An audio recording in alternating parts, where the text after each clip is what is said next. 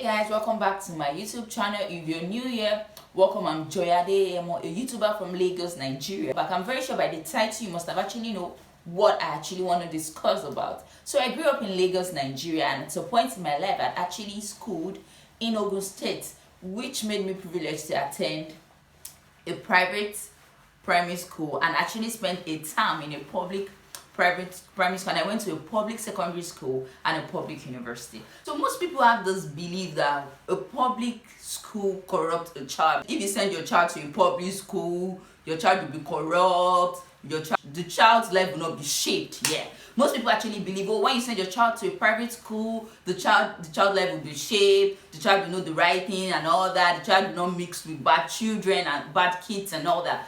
But my point is, a child being corrupt doesn't necessarily have to do with the school the child goes to. A child going to a public secondary school doesn't mean a child will actually be corrupt. I graduated from a public secondary school and I am actually doing fine in life. But one thing that people don't understand is when your child is leaving your house to a public school, it is not the school that corrupts the child. It's the company your child keep. And you can actually correct that by letting your child know before leaving the house that, oh, these are the things you need to do. The world you're going out there, these are the things. And the same thing that happens in public secondary school happens in private secondary school. I've actually had talk with private secondary school students, and they have a whole lot. You can imagine in a private secondary school, a child of age 13 telling a girl, oh, come and twerk for me, I'll give you 15 naira. Oh, come and twerk for me, I'll give you 100 naira. Come and kiss me, I'll give you 15 naira. Like, different. So that kind of child, what kind of mindset does that particular boy have? And your child being a friend with that kind of boy, it can actually corrupt the child. But when you give your child the education your child should have, that, oh, be careful of the kind of friends you have. These are the things you need to do. These are the things you need to know about. Like, talk to them about diverse things in life. Talk to them about sex, about about self-confidence, about different all kind of different things. So when you give your child the basic education your child needs, when you talk to your child well, one thing you should be assured of is your child won't be corrupt when your child goes to a public school or a secondary school. Corruption doesn't have to do with private or public. It has to do with the kind of friends your child actually mix with. That's one thing I need you to know. But most people actually believe that, oh, my child should actually go to a private secondary school, and they get things messed up. Me saying they get things messed up is because some people don't even have the money to pay for this private secondary school, and you see sometimes single parents struggling to eat in the house and all that, and you see the 4 children going to a private secondary school. Why? Because, and if you ask them, they'll be like, oh, then in a public school they are too much in the class, aside that they don't teach them well, they don't do this. And it is not so. They teach well in they teach well in a public secondary school because they have the best teacher. All their teachers are qualified, well trained. I had different gist with the private secondary school student, and some of them were telling me that, oh, their friends bring alcohol to the class in a private secondary school, not a public secondary school. So it does not have to do with the school. So if you know your financial capacity, if you know you can't actually pay all, because by the time you calculate the feeding, the clothing, school fees, accommodation, and all that you spend, and at the end of the day, you don't even have money to take care of yourself as a parent, I would advise, why don't you look into going to a public secondary school? Let this mindset of a public secondary school that people used to have in Nigeria should actually change. Because sometimes when they see a child that goes to a public secondary school, they'll be like, oh, what school do you attend? I'm like, oh, and they look down on the child. They look down on the child and feel like, oh, this child will not actually become anything in life. And at the end of the day, those that went to a public secondary school and those that went to a private secondary school, at the end of the day, it's still the same NYC they are going to do.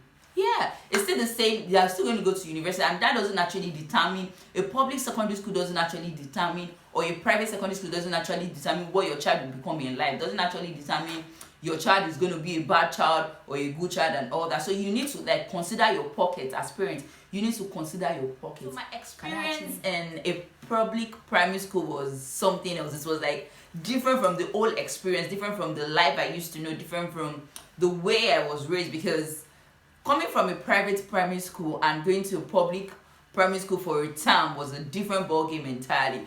I had to in my class I was like the local champion in my class, and I had to like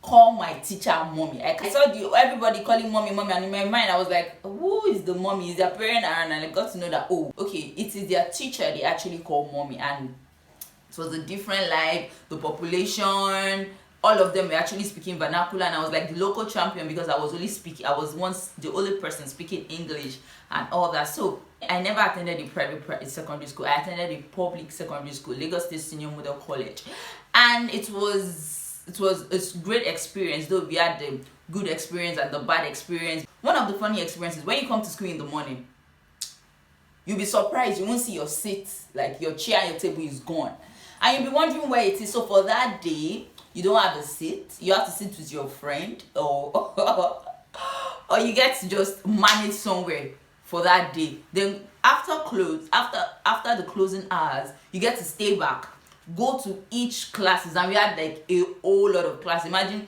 GS1 having A, B, C, D, different classes, like, so you have to be going to each classes to see your table. So when you get your table and your chair, what we'll do is sometimes you come with paint to class, so you get to paint. So I think most of the things when I was in school, I got to pay my room myself. So one of the things most of these things I get to learn from when I was in secondary school.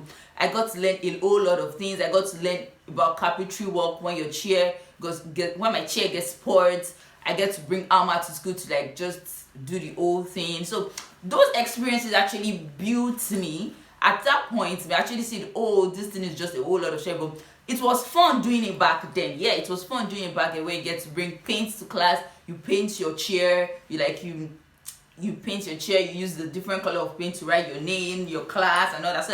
So that nobody else is actually picking. My dog got spots in my apartment, and I was able to. So okay, I wanted to change the key, and I was able to do it because of the experience I had back then in secondary school. I was able to fix my door. I was able to change the key, to change the whole thing and all that. So those experiences back then in secondary school actually built me, and it's actually part of me to be able to do all kind of things now. Something I actually learned back then, it made me to know how to manage relationships, because we were all lot in our class, and we were like, I think 100 and something, close to like 200 in a class, and I had to like manage my relationship with each and everybody. No, not everybody was actually my friend, but I was able to relate with everybody. I'm this kind of girl in a class that most people actually like. I do stuff for the teachers and do stuff for the students and all that. One amazing thing about public secondary school, at the time I was leaving school back then in 2012, at the time I was leaving secondary school, that year I was leaving secondary school, we had different things. Like the issue I was having with my chair being taken and me looking for it was actually solved, because government actually gave us chair, and they built new classes, and the classes had lock, so we get to lock our class before leaving. So there was no issue of anybody coming in to carry chair, and we have free textbooks. So imagine you going to a school whereby you don't get to pay for school fees, you don't get to pay for textbooks. All textbooks are actually free. The only thing you need to buy for your child is your school uniform and the notebook your child actually needs, and the food you give your child to school, and maybe transportation and all that. And one thing I actually want to tell parents is, when you're deciding to take your child to a public secondary school, please try as much as possible. If you can't go there to see what it looks like, ask from students or people that they've graduated from this particular school. You don't just drop your child in a public school. We have different kind of school. I went to a state school actually. It is different from a local government school. So just try as much as possible to know the kind of school. If you're taking your child to a public school, I would actually advise in Lagos actually. So far, I would advise to take your child to a state school, because I went to a state secondary school. So we have the federal, and federal schools are actually good. Federal schools are really, really good. So you can take your child to a state or federal. So we have the state, the federal, and the local government. Yeah, the local government. So I don't really know much about the local government. So I think it's the local government that really have issues with tables, chairs, building, because some people like, oh, they sit on the floor and all that. It is not always like that. So make sure you know the school your child actually wants to go to before you take your child into. You should not take your child to a private school. If you have the money to pay for it, fantastic, your child can go to a private secondary school. But what I think is most important, if you know you don't have the money for it, don't get yourself overwhelmed with the whole thing. What's the basic thing your child needs is the foundation. So try as much as possible to take your child to a private primary school, because why I'm saying that the foundation is because in a public primary school, which I actually attended, I told you earlier that I spent a time in a public primary school, the kind of, then when your child is in primary school, your child's personality hasn't been built. I'm talking about the crèche, the nursery, then the early primaries and all that. Your child is just trying to build their personality. So they need this attention, they need this care, they need everything to the top. Like the attention must be, and they can't get that kind of attention in a public primary school because they're all lot in a class and all that. So what is needed basically is the foundation to be solid. So once your child educational foundation is solid, then you can go to any secondary school. If you know, oh, I don't have the money for it. And when you're taking your child to a private primary school, don't get yourself choked up. Don't take your child to a private primary school that you know that, oh, it is too expensive, it is way above your budget. Because at the end of the day, parents get to focus more on the school their child go to, but they don't get to focus more on the other activities around those children. You get to focus on the feeding and all that. So some people they take their child to a secondary school, and at the end of the day, private secondary school, 1 month the kids are at home, 2 months the kids are at home, 3 months, and you ask them, they say because of school fees. All you need is a solid foundation. So once your child's foundation is solid, every other thing can actually come after.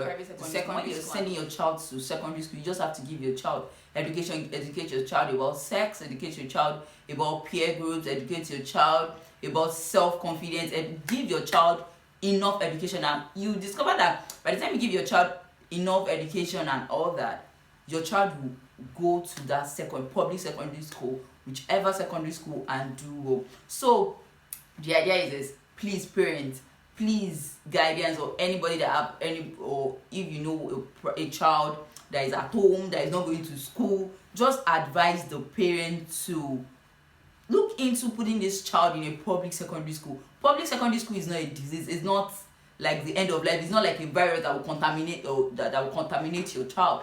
So if you know anybody that actually needs to watch this video, kindly share, and don't forget to subscribe. Hit the notification bell if you're new here, and share this video with everybody, and give this video a thumbs up, guys. Bye bye. Get lost sometimes and I can't seem to find a light between the walls I built for myself right in my mind. And then you came over and you showed me love that I never had seen before. And now when I got